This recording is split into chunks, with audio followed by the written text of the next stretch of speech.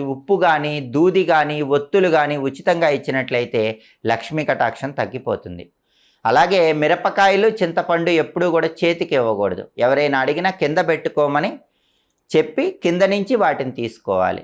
అలాగే మహిళలు చాలామంది ఏం చేస్తారంటే ఏవైనా శుభ కార్యక్రమాలు చేసుకున్నప్పుడు, ఫంక్షన్లు చేసుకున్నప్పుడు స్టీల్ సామాన్లు గిఫ్ట్గా ఇస్తూ ఉంటారు.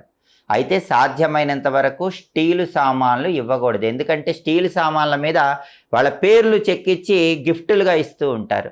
స్టీలు సామాన్లు ఎప్పుడూ కూడా సాధ్యమైనంత వరకు అశుభ కార్యక్రమాల్లోనే ఇవ్వాలి.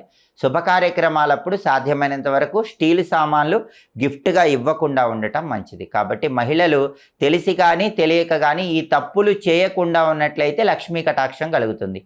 ఈ తప్పులు చేస్తే లక్ష్మీ కటాక్షం తగ్గిపోయి దరిద్రం చుట్టుకుంటుందని పరిహార శాస్త్రంలో చెప్పారు. మీ ఇంట్లో, వ్యాపార స్థలంలో ఖచ్చితంగా ఉండాల్సిన